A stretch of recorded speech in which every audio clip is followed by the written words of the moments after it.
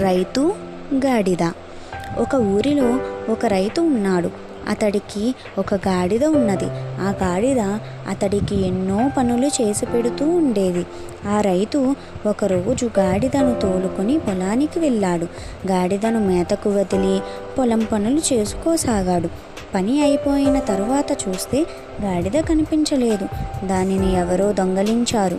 ఆ రైతు నేరుగా గ్రామ చావడి దగ్గరకు వెళ్ళాడు. మీరు పిరికి పందలు, దొంగలు, నేను తెలివి తక్కువ వాడిని అని అనుకుంటున్నారు.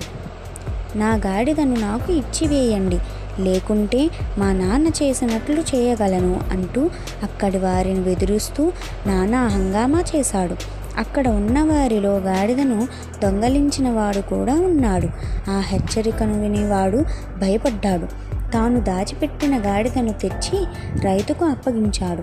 తరువాత రైతుతో, మీ నాన్న తన గాడిదను దొంగలించినప్పుడు ఏం చేశాడు అని అడిగాడు. ఏం చేశాడా? ఇంకొక గాడిదను కొనుక్కున్నాడు అని రైతు అమాయకంగా అన్నాడు. ఆ మాటలు విన్న దొంగ నోరు వెళ్ళబెట్టాడు. నీతి: మంచి మాటలకు లొంగని వారు బెదిరింపులకు లొంగిపోతారు.